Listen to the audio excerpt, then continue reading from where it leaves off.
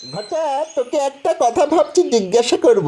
আমারও তোকে একটা প্রশ্ন করার ছিল। তোর প্রশ্নটা আগে শুনি।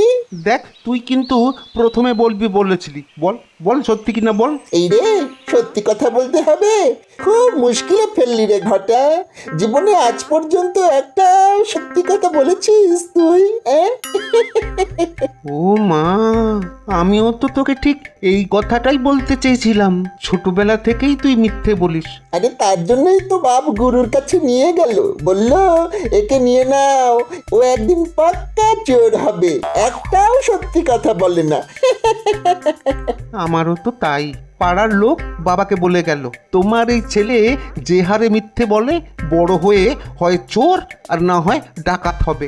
দেখ দেখ, ওরা তো সত্যি কথাই বলেছিল। বল।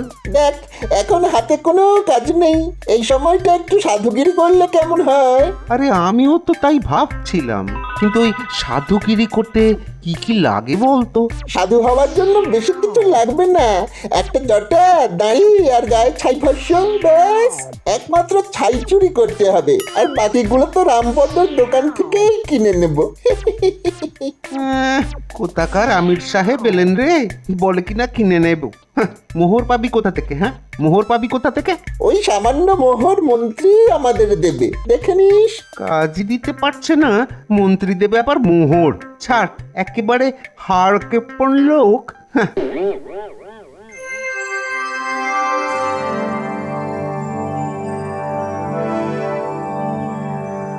মহারাজ, আজ আপনাকে কেমন যেন মনমরা লাগছে। কিছু কি ঘটেছে?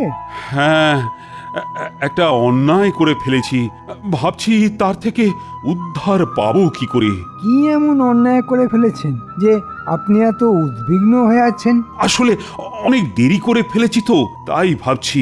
মানে, এর থেকে উদ্ধার পাওয়ার কোনো রাস্তা আছে কি?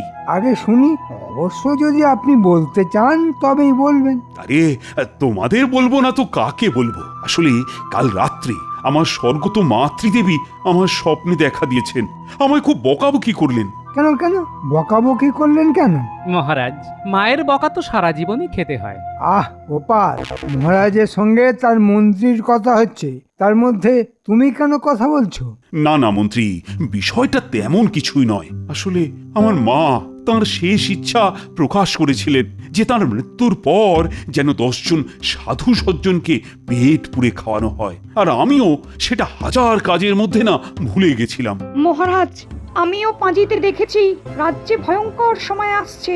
এবছর ফসলও ভালো হবে না, লোকে না খেতে পেয়ে মরবে, মহামারী আসবে, খুব দুর্দিন আসার সম্ভাবনা আছে মহারাজ। তো সেটা কি মায়ের শেষ ইচ্ছে পূর্ণ না করার কারণে হতে পারে? আগে যদি আমার কথায় কিছু মনে না করেন তবে বলি, মায়ের শেষ ইচ্ছে পূরণ না করার কারণে হতেই পারে, কিন্তু চিন্তা করবেন না, আমাদের শাস্ত্রে এর থেকে রেহাই পাওয়ার বিধান আছে। যদি আপনি মাতৃবিয়োগ যোগ্য করেন তবে খরচা আছে। 7 মণ ঘি, 7 মণ ফল, 7 মণ চাল, 7 মণ ডাল, সঙ্গে রান্নার মশলাপাতি। এত কিছু দিয়ে কি হবে? একটা যজ্ঞ করতে এত খরচ আগে কখনো শুনিনি বাবা। বাবা বাবা, একটা রোজগারের সুযোগ এসে গেল মনে হচ্ছে। একা পণ্ডিত এত কিছু নিয়ে যাবে তা তো হতে পারে না। মহারাজ, আপনি আসল কথাটাই ভুলে গেলেন। হ্যাঁ, মানে সবকিছু না কেমন যেন তালগোল পাকিয়ে গেল। আপনি মায়ের শেষ ইচ্ছে রাখবেন না? 10 জন সাধু ভোজনের কথাটা ভুলে গেলেন? তাই তো, 10 জন সাধুকে তো ভোজন করাতে হবে, তো তার দায়িত্ব কে নেবে? তুমি? আমি ছাড়া আর কে নেবে? আমার হাতেই 10 কেন, 20 জন সাধু আমি এক্ষুনি জোগাড় করে দিতে পারি। শুধু জোগাড় করলেই তো হবে না মহারাজ, তাদের উপযুক্ত উপহার দিতে হবে। যেমন প্রত্যেকের জন্য সোনার থালা, সোনার ঘটি, সোনার বাটি। এসব না দিলে তো যজ্ঞের কোনো মানেই দাঁড়াবে না। সাধুরাই তো এই বিপদ থেকে উদ্ধার করতে পারে। আচ্ছা, বেশ ভালো বুদ্ধি বার করেছে তো মন্ত্রী। একজনের 7 মণ, আরেকজনের সোনার থালাবাটি। দেখি কি করা যায়। খরচের কথা ভেবে আর লাভ নেই, প্রায়শ্চিত্ত তো করতেই হবে। মায়ের শেষ ইচ্ছে না রেখে যে অন্যায় আমি করেছি তাতে তো খরচাপাতি করতেই হবে। মন্ত্রী, তুমি তুমি ব্যবস্থাপত্র যা করার করো, আর খুব তাড়াতাড়ি যেন এই মাতৃবিয়োগ যোগ্য হয় সেদিকে খেয়াল রেখো। নমস্কার মন্ত্রী মশাই, অনেকদিন পর আমাদের ডাক পড়লো, নিশ্চয়ই কোনো কাজ আছে। ভালোই করেছেন, আপনি আমাদের দিয়ে শেষ কাজটা করিয়ে নিন। আমরা আর চুরিচামারি করবো না বলে ঠিক করেছি। কিরে ঘটা, সত্যি কথাটা বলেই দিলাম, কি বলিস? হ্যাঁ, আরে মন্ত্রী মশাই আমাদের কি কাজ করতে দেন সেটা তো আগে দেখবি, তারপর তো ওই সত্যি কথাটা বলবি। আশ্চর্য! চুরি চামারির কাজ তোরা ছেড়ে দিবি তো খাবি কি? আমরা ঠিক করেছি এখন থেকে সাধুগিরি করে খাবো। হ্যাঁ, আরে আমি তো ঠিক সেই কাজটাই তোদের দেব বলে ডেকেছি। অদ্ভুত ব্যাপার, আপনি আমাদের সাধু বানিয়ে দেবেন? মানে আমরা সাধু সেজে ঘুরে বেড়াবো, ভিক্ষে করব? আচ্ছা আচ্ছা, লোকে ভিক্ষে দেবে? এবার এমন ব্যবস্থা করেছি না, তোরা ভাবতেই পারবি না। ভিক্ষে করতে হবে না, যেখানে তোদের পাঠাচ্ছি সেখানে তোদের আদর করে ডেকে বসাবে, সোনার থালায় খেতে দেবে, সোনার ঘটিতে জল খাবি, সোনার বাটিতে নানা ধরনের পদ বেড়ে দেবে, তোরা খাবি। শুধু খাবোই, কামাই কিছু হবে না? সোনার থালাবাটি কি খেয়েই আবার ফেরত দিয়ে দিতে হবে? আমি কি বোকা নাকি যে শুধু খাবার জন্যে তোদের পাঠাবো? তোরা ওই থালা বাটি বগলে করে নিয়ে আসবি, সঙ্গে আরো অনেক কিছু। তোদের শুধু সাধু সেজে যেতে হবে। তোদের আরো একটা কাজ করতে হবে, তোদের দলের 10 জনকে জোগাড় করতে হবে। পারবি না? হ্যাঁ, সাধু সেজে এত রোজগার? তো এতদিন চুরি চামারি করলাম কেন? এটা পরে ভেবে দেখা যাবে। এখন 10 জন চোর জোগাড় কর, তাদের সাধু সাজিয়ে রাখবি। আমি বললেই তাদের নিয়ে রাজবাড়ি চলে যাবে, ওখানে একটা যজ্ঞ হবে। তোরা শুধু সাধু সাধু করে যাবে, এছাড়া আর কোনো কথা বলবি না, মনে থাকবে? আচ্ছা, সোনার থালা বাসনগুলো কি জঞ্জালে রেখে আসবো? পাগল হয়েছি? আমার বাড়িতে আগে জমা করবি, তারপর সেগুলি বেচে তোদের তার ভাগ দেব। সবাইকে সে কথাটা বলে দিবি, বুঝলি? হ্যাঁ, সেটা তো করতেই পারি, তবে আপনি যা সাধু পুরুষ, তাতে সোনা গলিয়ে পাথরও করে দিতে পারেন। এবার কিছু মোহর ছাড়ুন তো, নইলে নইলে ওই সাধুর জটা, কৌপিন, দাড়ি এসব কিনবো কোথা থেকে? হ্যাঁ, মোহর কি গাছ থেকে পড়ে রে? রামপদর দোকান থেকে ঝেড়ে দে, রাতে দোকানে কোনো লোক থাকে না। যা বাবা, সাধু হয়ে সাধুর পোশাক ঝেড়ে দেবো? কি আশ্চর্যের কথা! জামাই, আবার আমাদের বাহিনী তৈরি করতে হবে। সব কথা পরে খুলে বলবো, আগে তোমরা লক্ষ্য রাখবে এখানে সাধুদের আনাগোনা বেড়ে গেছে কিনা। মন্ত্রী নাকি একদিনেই 10 জন সাধু জোগাড় করে দিতে পারে। ওই, আমি তো এই নগরে কোনো সাধু দেখছি না। তার মানে সব কটা চোরকে মন্ত্রী সাধু সাজিয়ে নিয়ে আসবে। মহারাজের কাছ থেকে সোনার থালাবাটি হাতে নেওয়ার জন্যই এত সাধু জোগাড় করার দায়িত্ব মন্ত্রী নিজের হাতে নিয়েছে। কেন হঠাৎ সাধুরাতে দরকার পড়লো কেন শ্বশুরমশাই? মহারাজ তার মায়ের শেষ ইচ্ছে পূরণ করার জন্য সাধু সজ্জনদের ভোজন করিয়ে সোনার থালাবাটি উপহার দেবেন। ব্যাস, সেই সুযোগটাই নিল আমাদের মন্ত্রী।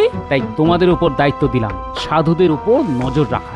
আর একটা কথা, গুলটে শোন, তোদের বেশ কয়েকটা গুলতি বানিয়ে রাখতে হবে, ঠিক সময়ে কাজে লাগবে। আর দিদাকে বলে শুকনো লঙ্কা গুঁড়ো করে রাখবি। যা, কাল সকাল থেকেই কাজে লেগে যা। কি আমার জটা, দাড়ি, কৌপিন, কোমণ্ডুলগুলো সব গেল কোথায়? হ্যাঁ, এই তো এই বস্তায় রেখেছিলাম। না না না না, কোথাও তো নেই। চোর এসেছিল নাকি? কিন্তু সাধুদের পোশাক কেন চোর নিয়ে যাবে? আর কেনই বা নেবে? আগে এখন বলি। আরে আরে, ওই তো গোপাল যাচ্ছে, ওকেই একবার জিজ্ঞেস করে দেখি। গোপাল, ও গোপাল, গোপাল! হ্যাঁ, এসো তো ভাই, একবার এদিকে এসো তো। আমি তো তোমার দোকানে আসছিলাম, একটা জটা আর সাধুদের দাড়ি পাওয়া যাবে? সাধুদের পোশাক? কি আশ্চর্য, তোমারও লাগবে? তোমারও লাগবে মানে? আচ্ছা, আর কোনো খদ্দের এসেছিল নাকি? তাছাড়া কি নিয়ে গেল? আরে খদ্দের এলে তো ভালোই হতো। না না না, যারা এসেছিল তারা খদ্দের নয়, তারা খাঁটি চোর। 1 বস্তা পোশাক নিয়ে গেছে। আচ্ছা আচ্ছা গোপাল, সাধুর পোশাক কে নেবে বলো তো? নিশ্চয়ই সাধু নয়। সাধুর পোশাক সাধু নেবে কেন? আরে আমিও তো তাই বলছি, কিন্তু চোর 1 বস্তা সাধুর পোশাক নিয়ে কি করবে বলো দেখি? একটা কথা বলি, তুমি কিন্তু কাউকে এই কথাটা বলতে যেও না। তোমার লোকসান আমি মহারাজকে বলে পুষিয়ে দেব। আমি একটা চক্রান্তের গন্ধ পাচ্ছি, বুঝলে? একদম চুপ করে থাকো, কেমন? না না, তুমি যখন বলছো তখন কাউকে বলবো না, তবে চক্রান্তের গন্ধ কিন্তু আমিও পাচ্ছি। মনে থাকে যেন। আমি এখন যাই, চোর ধরার জন্য এখনো অনেক কাজ বাকি আছে।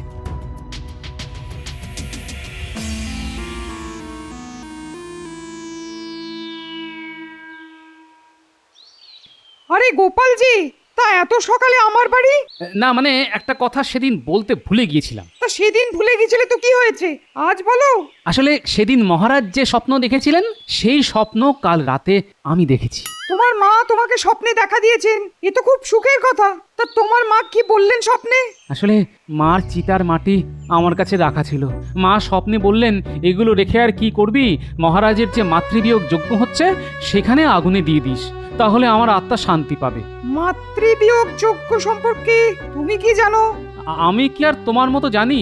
তবে এটা জানি যে সাধু সজ্জনদের সোনার থালায় খেতে দিতে হয়, আর যে থালায় খাবে সেসব ওই সাধুদের উপহার দেওয়ারও নিয়ম আছে। তুমি যে মূর্খ তা আমি জানি, খুব প্রশ্নটা করে দেখলাম তুমি কিছুই জানো না। তা আপনি আমায় বলতেই পারেন, তবে সোনা উপহার দেওয়াটা যে মাতৃবিয়োগ যজ্ঞে দিতে হয় তা আমি জানি। বুঝরুকি, সব বুঝরুকি। কোথায় লেখা আছে যে সোনার থালা বাটি ঘটি সাধুদের দিতে হয়? মন্ত্রী মশাই তা দেখাতে পারবেন? মন্ত্রী আমায় বলল মাতৃবিয়োগ যজ্ঞে নাকি 7 মণ ঘি, 7 মণ চাল ডাল এসব কিছুই দিতে হয় না, সব নাকি তোমার বুঝরুকি। ও বেটা নিজে বুঝরুক, মরকট, গাধা, গরু, মোষ, বাঁদর। অসভ্য, শয়তান, হতভাগা, ব্যাস আর কিছু বলার দরকার নেই। এসব কথা আমি জানি পণ্ডিত, কিন্তু মন্ত্রী তোমার নামে এত বড় একটা অপবাদ দিল সেটা আমি মানতে পারছি না। তার যজ্ঞের দিন তাহলে আমি আগুনে মাটি আহুতি দিতে পারি? নিশ্চয়ই পারো, 100 বার পারো, 1000 বার পারো, কোটি বার পারো। না না না না না, কোটিবার না, কোটিবার না, একবার মাত্র দিলেই হবে।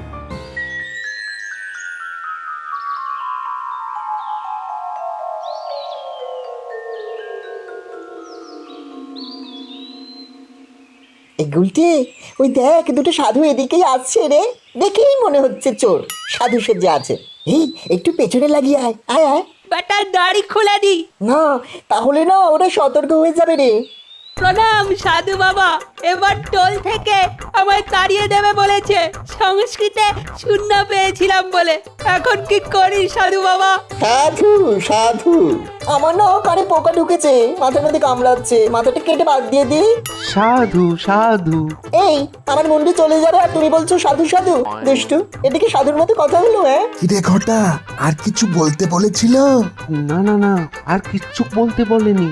খবরদার অন্য কিচ্ছু বলবি না। শোনো ছেলেরা, আমরা কিন্তু ওই তোমাদের সাধু সাধু ছাড়া আর কিচ্ছু বলতে পারবো না, মানা আছে কথা বলার। কার বানা গো? মন্ত্রীর? তোমরা কিভাবে জানলে? তার মানে তোমরা চোর? ছিলাম, এখন আর নেই, সাধু হয়ে গেছি। হ্যাঁ আমায় যে টোল থেকে বার করে দেবে তার একটা বিহিত করো। ঘটা, কিরে আমি তো কথা বলে যাচ্ছি, তুই কিছু বল। সাধু সাধু। ও হ্যাঁ, সাধু সাধু সাধু।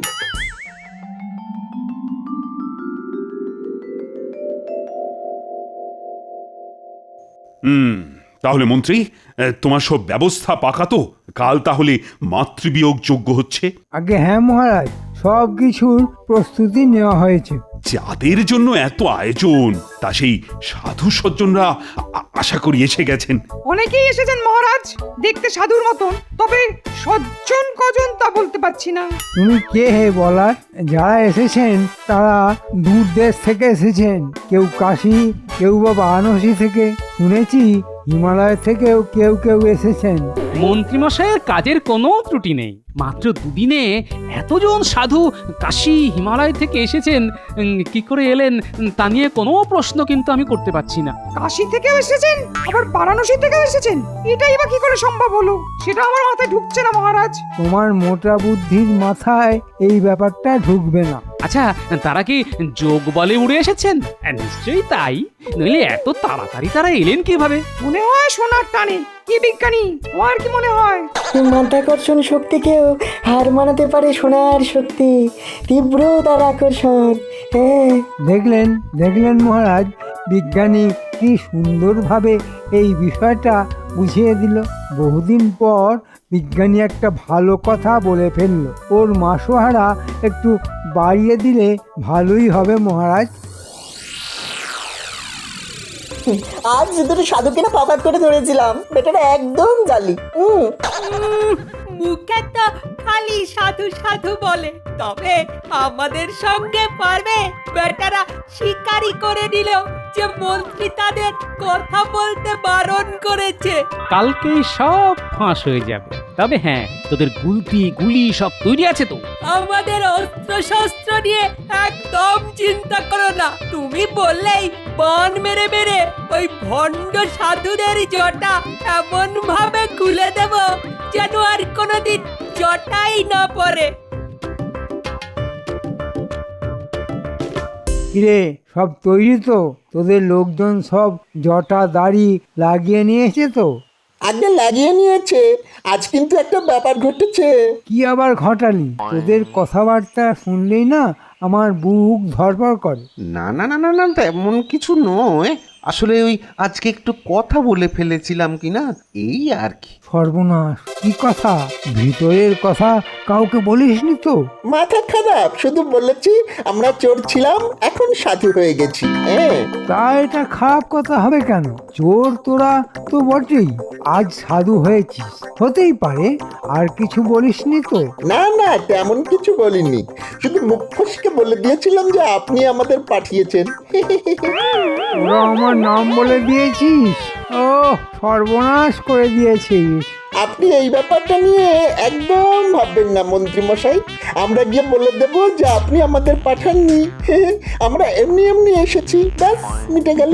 তোদের কে এত কথা কে বলতে বলেছিল বলতো? আর কাকে বলেছিস এসব কথা?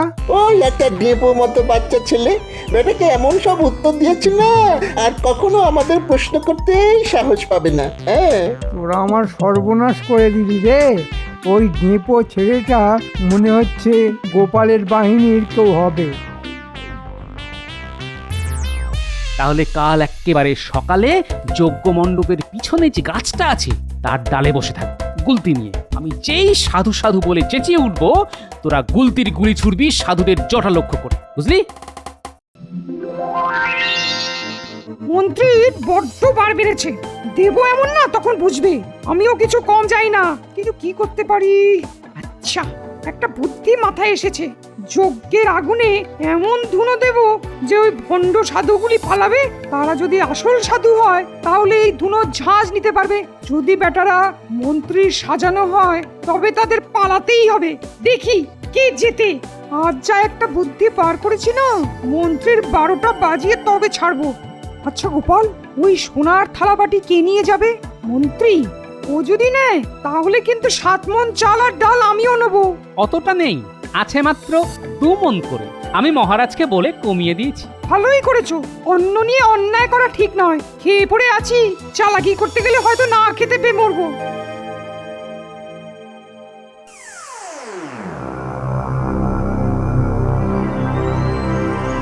এক্ষুনি যজ্ঞে আগুন দেওয়া হবে, তোমরা সব তৈরি তো?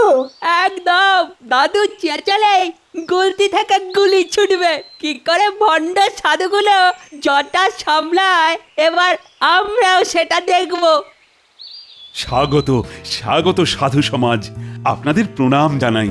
আমার মাতৃবিয়োগ হয়েছে তা বেশ কিছুদিন হলো। সাধু সাধু সাধু। আরে তোকে কে কথা বলতে বলেছে বলতো? মহারাজ আমাদের প্রণাম জানালেন, তো আমরা উত্তরে কিছু বলবো না? আজ কান্নায় আবার চোখ দিয়ে জল বেরিয়ে আসছে। মার কথা খুব খুব মনে পড়ছে। সাধু সাধু সাধু। এই এই সাধু কোথা থেকে এসেছে? আগে আমরা কোথা থেকে এসেছি তা তো জানি না মহারাজ, তবে এসেছি। এরা এরা কারা মন্ত্রী? আসলে মহারাজ, এনারা সবাই সাধু সজ্জন মানুষ, ঠিক এই পৃথিবীর লোক নন। তাই এত প্রশ্নের উত্তর ওরা ঠিকঠাক বলতে পারে না। পণ্ডিত, এবার আগুন দাও, দেখি ওরা কোন পৃথিবীর মানুষ। হ্যাঁ দিচ্ছি, তারপর জমবে খেলা।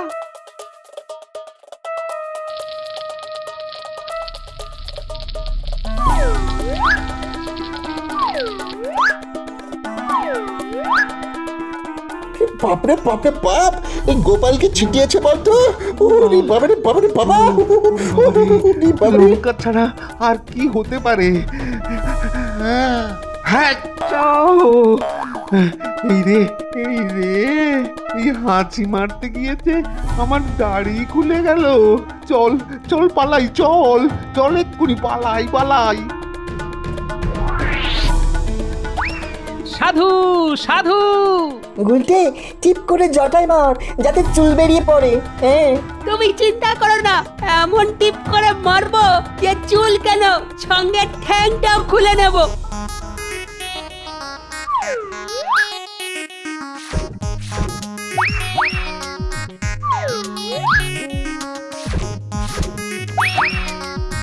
এরা সব শয়তান সাজানো সাধু, এদের পাকড়াও করো। কে কোথায় আছো চলে এসো। আরে এই বটা ঘটা, আমাকে আমাকে না নিয়ে তোরা কোথায় চলি রে? ওরে বাবরে, আমার হাঁটুটা বোধহয় ভেঙেই দিল। আমি যা চলতে পারছি না রে। ও যা আছে কপালে থাক, আমি আর পারছি না ছুটতে। মহারাজ, এরাই মন্ত্রীর সাধু সজ্জন। দেখলেন তো এদের হাল। কাকে বিশ্বাস করবেন? সবাই চোর। যতদিন গোপাল আমার সঙ্গে আছে ততদিন আমার কোনো ভয় নেই। তাহলে কি বলতে হবে বিশ্বাসে মিলায় গোপাল, তর্কে বহুদূর? চোরগুলো তো পালিয়েছে, এবার মন্ত্রীর কি হবে? এটা আমি কি করে বলবো মহারাজ? শাস্তি দেওয়ার মালিক তো আপনি।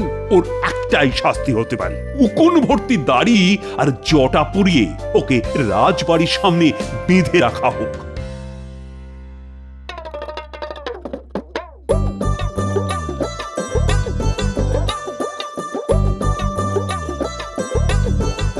অনেক দূর থেকে এসেছি মা, একটু ভিক্ষে দাও।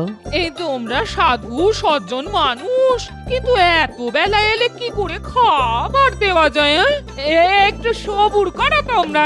হাঁড়িতে ভাত বসিয়ে তারপর খেতে দেবো। হ্যাঁ, জামাই এলো বাড়িতে, চাল ছেড়ে দাও হাড়িতে। হাঁ করে কি দেখছো? লঙ্কা ফোড়ন খাচ্ছো? জামাই এত চুল দাঁড়িতে চিনতেই পারিনি।